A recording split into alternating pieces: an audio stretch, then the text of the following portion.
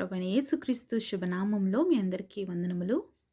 అనుదినము దేవుడి మాటలు praise the Lord. Good morning. ప్రభువైన యేసుక్రీస్తు శుభనామంలో మీ అందరికీ వందనములు. అనుదినము దేవుడి మాటల చేత బలపరచబడుతున్నారని నమ్మి దేవుని స్తుతిస్తున్నానండి. బలపరచబడుతున్నట్లయితే పరిచర్య కొరకు ప్రార్థన చేయండి, అనేకులకి షేర్ చేయండి. చిన్న ప్రార్థనతో ఈరోజు దేవుని వాగ్దానాన్ని స్వతంత్రించుకుందామా. పరిశుద్ధుడైన మా తండ్రి, నీ బంగారు పాదములకు వందనాలు చెల్లిస్తున్నాం ప్రభువా. మా హృదయాలను చూస్తున్న దేవుడు, ఎవరికి ఏ మాటలైతే అవసరమై ఉన్నాయో తండ్రి, ప్రతి ఒక్కరితో మీరు మాట్లాడండి, బలపరచండి, ధైర్యపరిచి ఆదరించమని యేసు నామములో ప్రార్థిస్తున్నాము తండ్రి. ఆమేన్. ఈరోజు దేవుని వాగ్దానము కీర్తనల గ్రంథము 37వ అధ్యాయము 5వ వచనం. నీ మార్గమును యెహోవాకు అప్పగింపుము, నువ్వు ఆయనను నమ్ముకొనుము, ఆయన నీ కార్యము నెరవేర్చును. Psalms chapter 37 verse 5. Commit thy way unto the Lord, trust also in him, and he shall bring it to pass. దేవుడిచ్చినటువంటి అద్భుతమైన వాగ్దానం మనందరి జీవితంలో నెరవేర్చబడను గాక. ఆమేన్. ఉదయకాల సమయంలో మీరు చేసినటువంటి పనులు జరగట్లేదని, మీరు చేస్తున్న ప్రయత్నాలు సఫలం కావట్లేదని బాధపడుతున్నారా అండి? అయితే ఎందుకు జరగట్లేదు, ఎందుకు నేను చేస్తున్న ప్రయత్నాలు సఫలం అవ్వట్లేదు, ఎందుకు నేను పడుతున్నటువంటి ప్రయాసంలో నాకు విజయం రావట్లేదు అని బాధపడుతున్నట్లయితే దేవుడి అద్భుతమైన వాగ్దానం మీ కొరకు ఇచ్చున్నాడు. ఎందుకంటే దేవుడు ఏమంటున్నాడంటే, నీ మార్గము యెహోవాకు అప్పగింపుము. మొదటిగా నువ్వు ఏం చేయాలనుకుంటున్నావో, నువ్వు ఏ ప్రయత్నం చేయాలనుకుంటున్నావో, ఏ మార్గంలో వెళ్ళాలనుకుంటున్నావో, ఇవన్నీ కూడా నువ్వు ఎవరి దగ్గరకు తీసుకురావాలి? దేవుడి దగ్గరికి తీసుకురావాలి. దేవుడి దగ్గరకు తీసుకొచ్చిన తర్వాత ఆయన చిత్తాన్ని తెలుసుకునేవారుగా ఉండాలి. ఆయన సన్నిధిలో ప్రార్థన చేయాలండి. మనం చాలాసార్లు వెంటనే చేస్తాం. ఏ విషయాని కోసం కనిపెట్టాలో ఆ విషయం కోసం మనం కనిపెట్టాం, తొందరపడతాం. కాబట్టే మన జీవితాల్లో విజయం చూడం. దేవుడు ప్రతి ప్రార్థనకి జవాబిస్తాడండి. మరి అది ఎలా అంటే ఎస్ అని చెప్తాడు, నో అని చెప్తాడు, వెయిట్ అని చెప్తాడు. ఈ మూడిట్లో ఏది చెప్పినా కూడా అది జవాబే. కానీ ఎప్పుడు మనం ఎస్ని ఎక్స్పెక్ట్ చేస్తాము, కానీ దేవుడు ఎప్పుడు అలా ఆన్సర్స్ ఇవ్వడు. మనం ఎక్స్పెక్ట్ చేసేది, మనం కావాలనుకునేది దేవుడు ఎప్పుడు చేయడు. ఆయన ఏమనుకుంటాడు అదే మన జీవితాల్లో చేస్తాడు. అదే మనకు క్షేమము, అదే ఆశీర్వాదకరం. ఎందుకంటే ఇశ్రాయేలు ప్రజల్ని దేవుడు ఐగుప్తి ప్రాంతంలో నుంచి నడిపించేటప్పుడు చాలా మార్గాలు ఉన్నాయి. ఒక ఎర్ర సముద్రమును దాటించే తీసుకుపోవాల్సిన ప్రాంతమే కాకోకుండా వేరే వే కూడా ఉంది.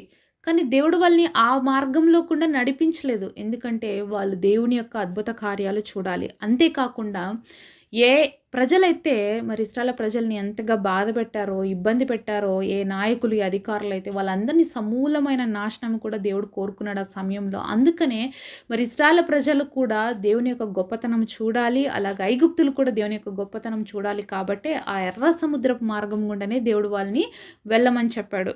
అనేక సార్లు మనల్ని కూడా దేవుడు ఈ కష్టతరమైనటువంటి మార్గాల్లో నడిపిస్తూ ఉంటాడనమాట.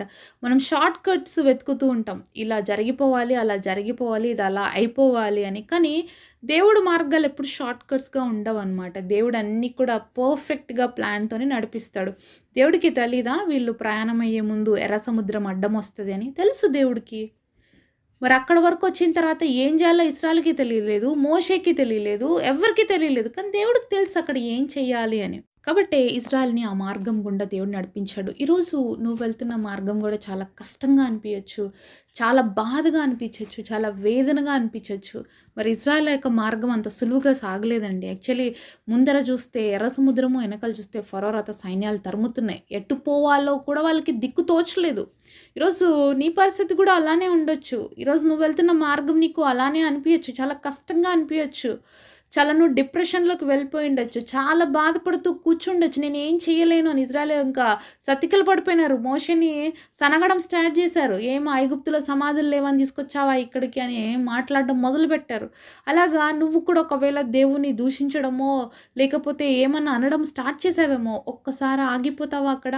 ఎందుకంటే దేవుడికి నీ ప్లాన్స్ కాదు, ఆయన ప్లాన్స్ చాలా ప్రత్యేకంగా ఉంటాయి. ఆయనకి నీ పట్ల ఉన్న ఆలోచనలు చాలా గొప్పగా ఉంటాయి. అవి ఇప్పుడు అర్థం కాకపోవచ్చు, మనకు అర్థం అవ్వాల్సిన అవసరం కూడా లేదు. కానీ దేవుడు చేసేటువంటి కార్యాలు ఎప్పుడు కూడా చాలా గొప్పగా ఉంటాయి. మోషే నిలబడి దేవుడిని అడుగుతున్నాడు, అయ్యా ఏం చేయమంటావు నన్ను ఇప్పుడు? దేవుడు అన్నాడు, నీ చేతిలో కర్రని చాపు, నేను సముద్రాన్ని పాయలుగా చేస్తాను అన్నాడు. ఎక్కడైనా ఎప్పుడైనా చూసారా ఇలాంటి అద్భుతం?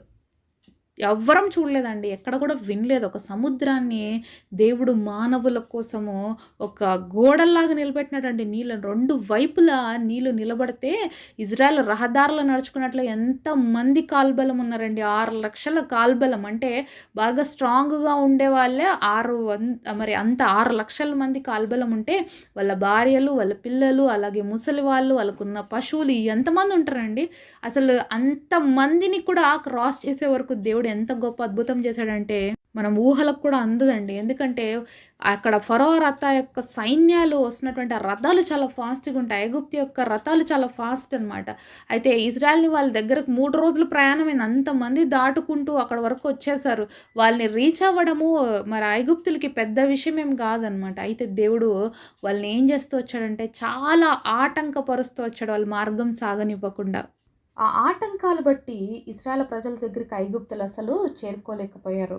ఒకసారి మనం నిర్గమాకాండము 14వ అధ్యాయము 17వ వచనం చూద్దాం. ఇదిగో నేనే ఐగుప్తుల హృదయములను కఠినపరచుదును, వారు వీరిని తరుముదురు.